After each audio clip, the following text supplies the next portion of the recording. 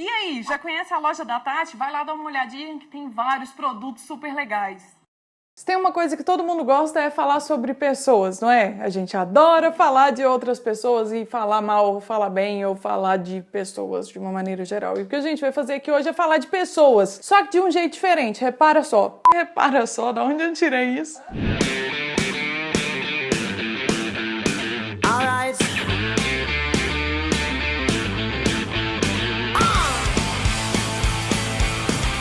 Eu já pincelei sobre esse assunto em alguns vídeos aqui. Hoje eu tô com termos muito 1972, né? Que é essa coisa de pessoas serem apenas pessoas. Mas pra eu explicar pra vocês o que eu tô pensando na minha mente, eu vou precisar falar um pouco sobre eu. E aí a gente vai falar de uma pessoa que sou eu mesma.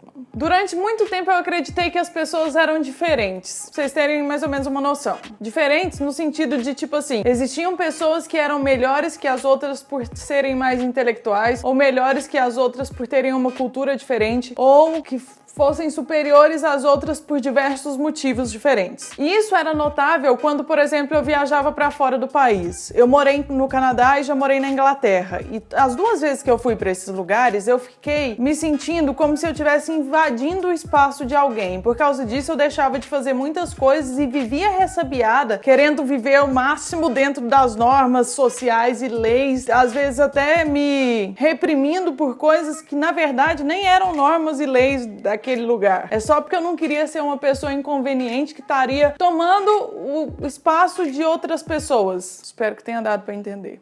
Outra coisa que acontecia muito comigo até um tempo atrás é eu acreditar que artistas estavam num outro patamar da vida e, tipo, eu via as pessoas que lidavam com exposição da sua própria imagem ou que tinham um trabalho muito exposto pro público de uma maneira geral como pessoas que eram inatingíveis. E o que eu quero dizer com inatingíveis é, tipo assim, que são pessoas tão diferentes de mim, mas tão diferentes de mim que eu nunca vou conseguir ter uma conversa normal com esse tipo de pessoa. Ou que eu sequer vou chegar a conhecer essas pessoas e ser amiga delas de alguma maneira. E isso já aconteceu também com questão de escolaridade, nível social. Pessoas muito zilionárias, eu achava que jamais ia conseguir ter uma conversa normal com pessoas muito zilionárias. Ou pessoas muito escolarizadas com pós-doutorados e funções em grandes empregos e sei lá, que tem muito mais conhecimento do que eu, o que não é muito difícil, né? Qualquer pessoa pode conseguir. Eu acho que o que mais traduz o que eu tô querendo dizer pra vocês é que eu tinha um complexo de inferioridade muito grande que influenciava muito na maneira como eu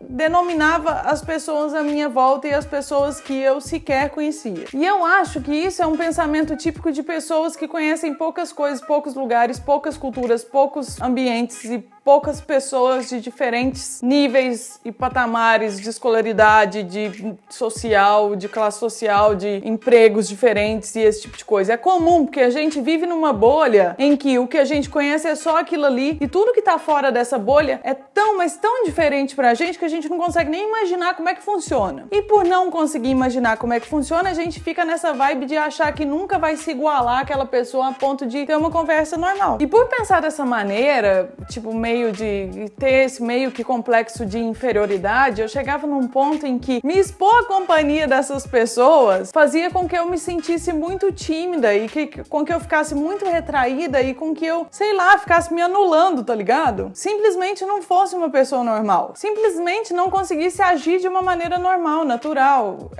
Demonstrar a minha personalidade. O que eu fazia era ficar calada e quieta no meu canto, porque o meu medo de dar bobeira ou invadir o espaço do outro ou incomodar é tão gigantesco que eu preferia ficar calada e quieta e fingir que eu não tava ali. E aí, no auge dos meus quase 30 anos, há pouco tempo atrás, eu descobri uma coisa que é brilhante. E eu queria passar essa mensagem pra vocês, caso vocês pensem da mesma maneira idiota que eu pensava antigamente. Então anota aí no seu caderninho pra você nunca mais esquecer. Pessoas são apenas pessoas. E eu também tenho convivido com pessoas que têm níveis de escolaridades muito mais altos que eu. Gente que tem pós-doutorado em várias coisas e fez isso em vários lugares do mundo. E acredito acredite, cara, essas pessoas são normais, igual a gente. Eu conheço muita gente que é muito estudada e que é mais zoeira que eu, inclusive. E aí, nisso, eu coloco também aquela galera que eu convivi, que morou no tempo que eu morava fora. Por exemplo, na Inglaterra, eu conheci gente de vários países que estavam lá para estudar e que são pessoas normais. As únicas coisas que são diferentes de artistas ou de gente que mora em outro país ou de gente que tem mais escolaridade que você ou tem uma classe social diferente da sua, a única coisa que é diferente é uma coisa que é diferente pra pessoa que nasceu da mesma barriga que você, seu irmão. Ou sei lá, se você não tem irmão, do seu pai. Se você não tem pai, da sua mãe. Se você não tem mãe, fudeu, cara. Que exemplo que eu vou te dar, né? Sua avó. Você tem que ter saído de algum lugar, não é possível. Que é personalidade, características pessoais. E daí eu me dei conta de uma coisa que parece muito óbvio, cara, mas sei lá, eu sou burra, eu aprendo. Eu demoro às vezes pra aprender.